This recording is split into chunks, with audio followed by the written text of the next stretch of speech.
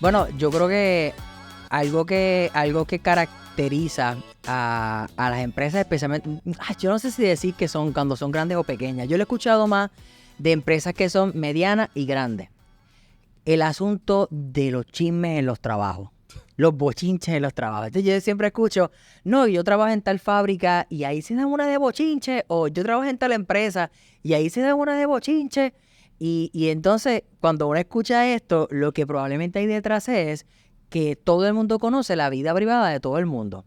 Y es que no sé si es una cuestión cultural de Puerto Rico, no sé con qué tenga que ver, pero es que estamos como que muy acostumbrados a revelar demasiado de nuestra vida privada, de nuestro asunto, claro. Y las redes sociales tampoco ayudan, porque usualmente también estamos escribiendo un montón de... escribiendo un montón de cosas en nuestras redes, publicando nuestras cosas. En nuestras redes tenemos a nuestros compañeros de trabajo. Entonces se forma como una fusión de nuestra vida personal o privada con también en nuestra vida como empleados. Después entonces nos sentimos incómodos, molestos, o puede tener repercusiones el hecho de que se sepa demasiado detalle de nuestras vidas en nuestras áreas de trabajo. Entonces, yo quiero abrir la conversación con esto porque yo entiendo que cuando se trata del tema de salud mental, de que no la estoy pasando bien porque estoy teniendo estoy pasando por un divorcio, problemas de custodia con los nenes míos, o estoy teniendo una situación de salud física o de salud mental. Entonces, el cómo yo decido si lo comparto o no lo comparto. Si lo voy a compartir, entonces, ¿con quién lo voy a compartir? ¿Para qué lo voy a compartir? ¿Cuál es el propósito que estoy buscando de ese flujo de información? Yo creo que es importante que hablemos de esto. Tenemos que cuidarnos, tenemos que saber cómo hablamos de salud mental en el empleo también. Entonces, Diego, cuéntame, ¿qué has visto tú? Bueno, ese tema de los chismes o bochinches en el trabajo es como cultural, es como que esto es como parte del trabajo. Pero estos temas de salud mental, en el trabajo, pues precisamente se pudiera prestar para eso. Porque te conté a ti, mira,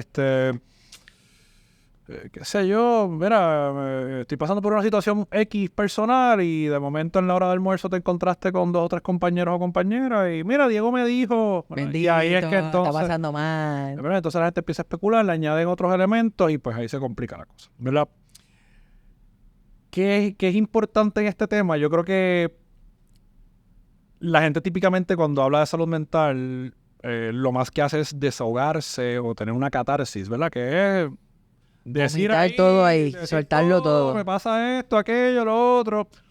Y yo creo que de ambas partes, entiéndase de empleado o empleada que cuenta y de la persona que escucha, debe haber responsabilidad de ambas partes, ¿verdad? Y quisiera tocar este tema desde el lado de liderazgo y desde el lado de empleado y empleado. Perfecto. ¿Okay? En el caso de los líderes, como mencionaba en otros podcasts contigo, es importante mencionar que, pues, para empezar a hablar del tema, tiene que mostrar vulnerabilidad y conversar sobre este tema abiertamente. También el tema de seguridad psicológica, que de nuevo, que a través de esa vulnerabilidad no es sobreexponerse, ¿verdad? No tienes que decir todo lo que te pasa. Mira, estoy pasando por una situación difícil y se me está haciendo complicado manejar esto como líder, ¿verdad? Y es normal porque no es que sea Superman o Superwoman. Que haya seguridad psicológica, que la gente se sienta cómoda, que lo he mencionado también en otras ocasiones. Hacer los check-ins cotidianos, esas son prácticas saludables de un líder. Velar por la carga de trabajo. Y de nuevo, el tema de feedback que hemos conversado en otros podcasts, ¿verdad? Eso es desde el lado del líder, buenas prácticas.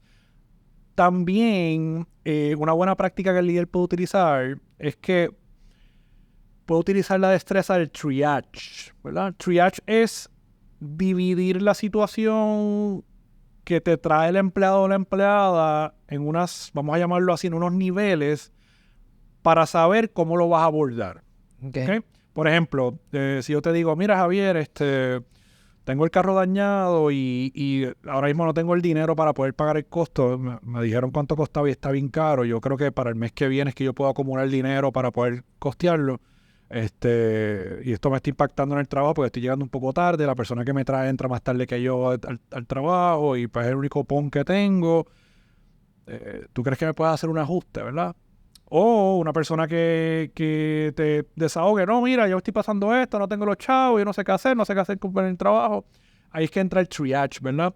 Que el líder le pueda preguntar, ok, ¿qué de esta situación es lo que te preocupa y cómo te impacta en el trabajo?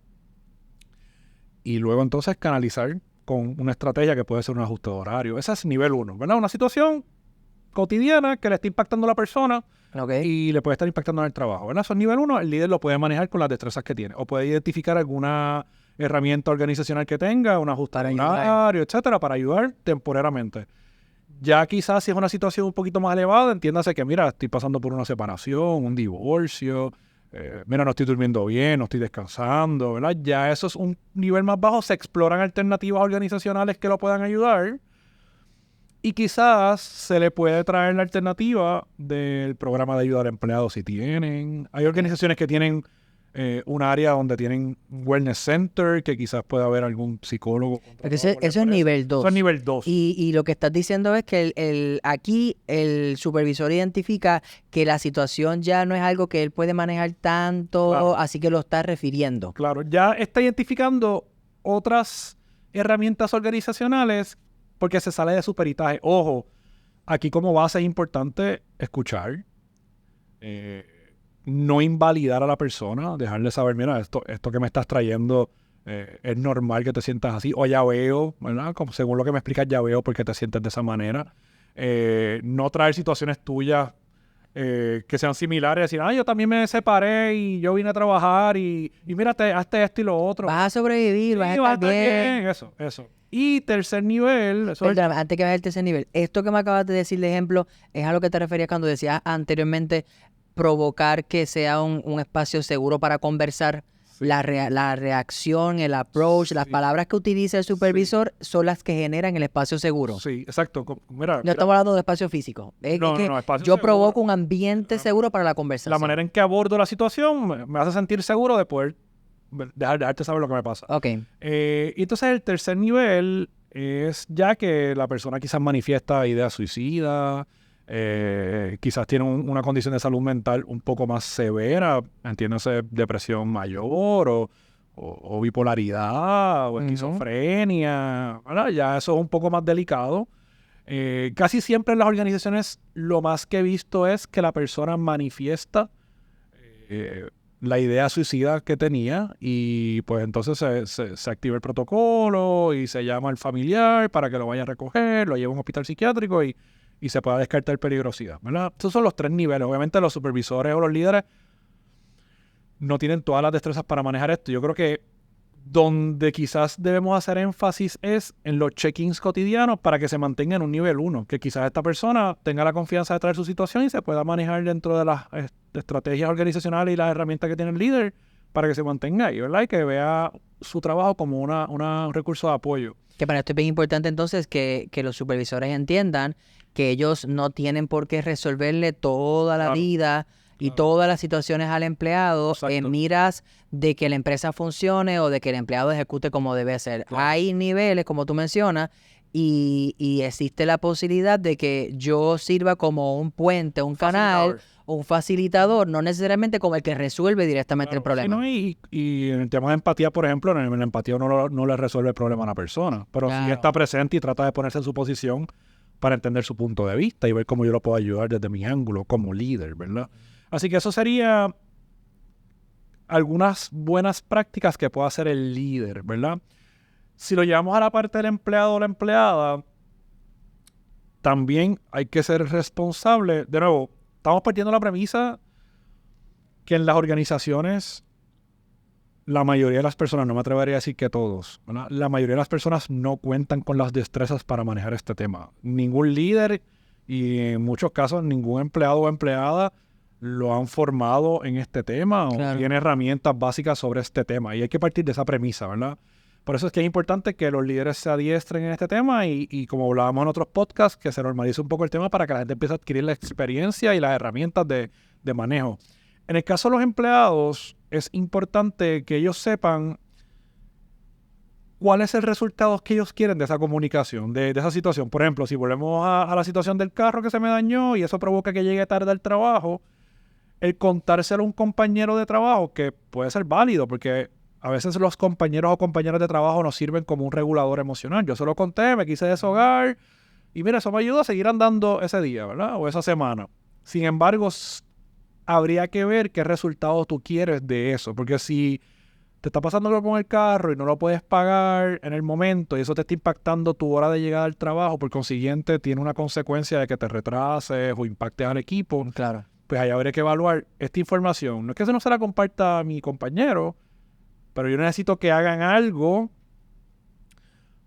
para que me ayuden a manejar esta situación de manera temporal. Así que yo le tengo que decir a la persona, ¿verdad? Y esto es lo que se llama el self-advocacy. Si se traduce literal es autoabogacía, que yo pueda decir, mira, me está pasando esto, me está impactando de esta manera en el trabajo y necesito esto. Porque el catarsis o el desahogo, ya sea con un empleado o con un supervisor que quizás no tiene las herramientas, quizás no se va a atrever a decir qué hacer, no se atreve a decir, no se atreve a decirte nada porque quizás mete la pata, Te voy a o no decir- sabe cómo abordarlo. Diantre, esta persona me dice que se está divorciando, que está que con depresión. Como, ay, que yo hago con esa información, ¿verdad?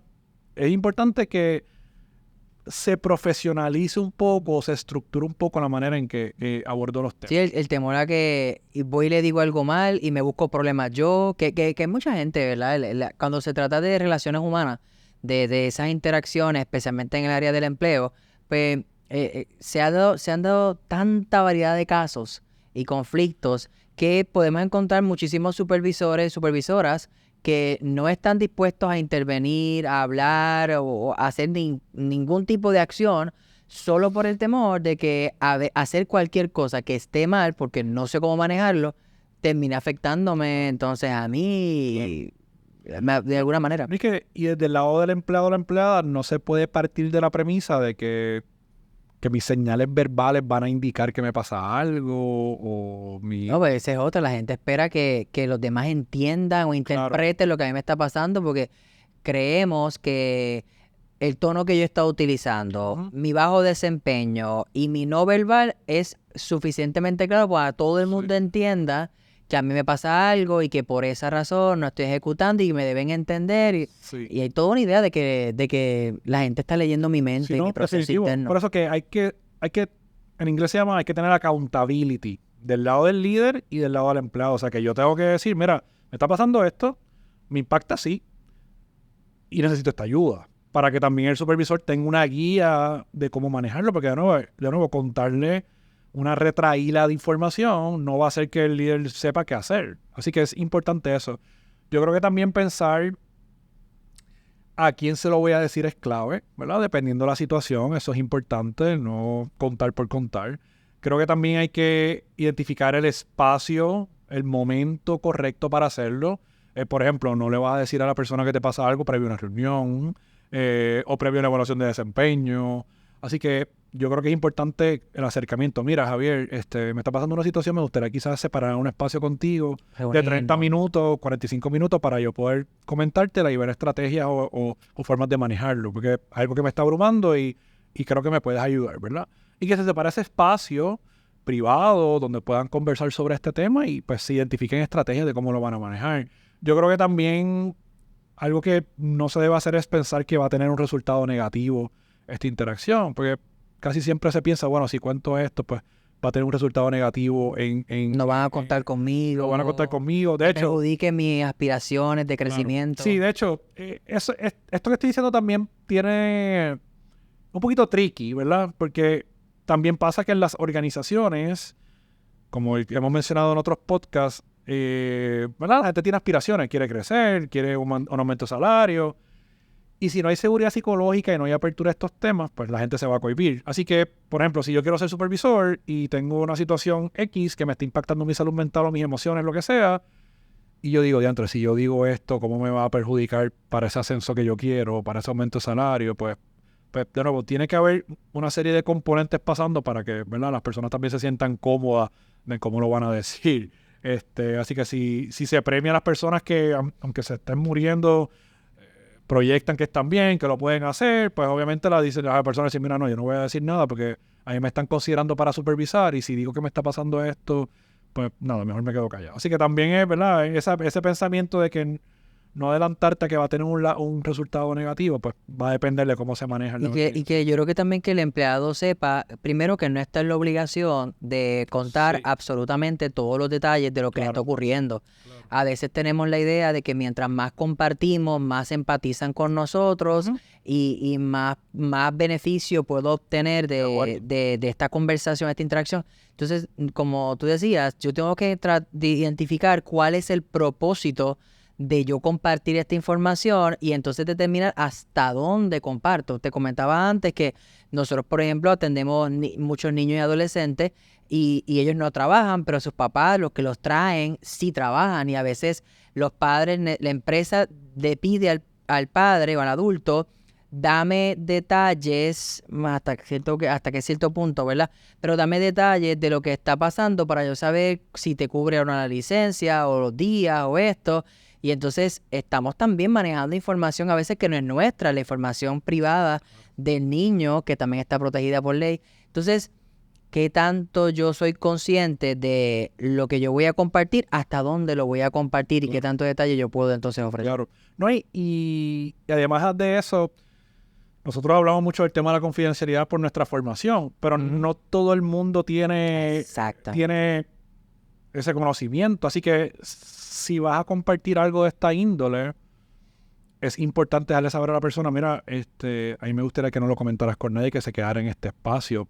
Porque, de nuevo, uno quizás presume, bueno, tiene un rol de líder, tiene esta educación X, pero no necesariamente eso se traduce en que la persona sabe que no le puedo contar a nadie, aunque parezca obvio, aunque parezca sentido común, pero pasa mucho. De hecho, yo tuve una experiencia, ahora que traes una tuya, de una persona que me dijo, mira, Diego, yo no voy a PAE porque la vez que fui, esto fue una mesa informativa, ¿verdad? En una feria de salud y había una mesa con diferentes recursos, quiroprácticos, etcétera. Y nada, las personas pasaban y cogían el folleto y se le orientaba de cómo funcionaba el PAE. Y esta persona me dice, mira, yo tuve una mala experiencia porque fui a PAE, me refirieron por una situación que tenía y este supervisor, en un pasillo con gente pasando, caminando, dijo, mira, ¿cómo te fue en PAE? Frente a 5 o 6 personas caminando. Sí, y eso provocó que la persona dijera, mira, diantre, o sea, aquí todo el mundo se enteró. De hecho, de nuevo, es que este tema es bien no es que sea complicado, es que es bien detallado, como dependiendo cómo se maneje, puede ser... Tiene muchos matices. Tiene muchos matices. Por ejemplo, volviendo a ese ejemplo de esos temas de esas experiencias de la feria de salud, personas entre compañeros, qué sé yo, fuimos tú y yo a la mesa y de momento vimos a alguien y le dijimos, mira fulano, vente para acá que tú necesitas esto. Entonces, ahí se perpetúa el estigma, como que te estás mal si vienes aquí o si te pasa algo malo, pues aquí es que tú tienes que venir. Claro. O sea que todas esas prácticas de qué no hacer, qué hacer, ¿verdad? Son claves para que nuevamente haya un ambiente saludable respecto a este tema. Sí, yo creo que es importante, como ya mencionábamos, que las personas entonces creen conciencia sobre la relevancia de este tema. Y de hecho, pensando en eso mismo, es por eso que nosotros, en Bien Chévere y Reconstruyendo, hemos formado una colaboración, una alianza para generar un evento que de alguna manera empiece a aportar algo más que pues, ese adiestramiento quizás un poquito genérico que ya hablamos en otro episodio, y que empiece a promover cambios en las culturas organizacionales para que sean, como hemos dicho ya en innumerables ocasiones, psicológicamente saludables. Entonces, este evento, Foro de Líderes, normalizando la salud mental en el trabajo, es un evento que estamos desarrollando precisamente para adiestrar en diferentes temas relacionados con lo que hemos estado discutiendo y muchas otras cosas más que en otros episodios podemos ampliar a profundidad sobre el tema de la salud mental. Y está diseñado para líderes, para dueños de empresas, para sus recursos humanos, para supervisores, para cualquier persona que esté trabajando y esté buscando promover un cambio en la cultura de su empresa, de su organización, el tema de la salud mental. Y este foro precisamente es para eso.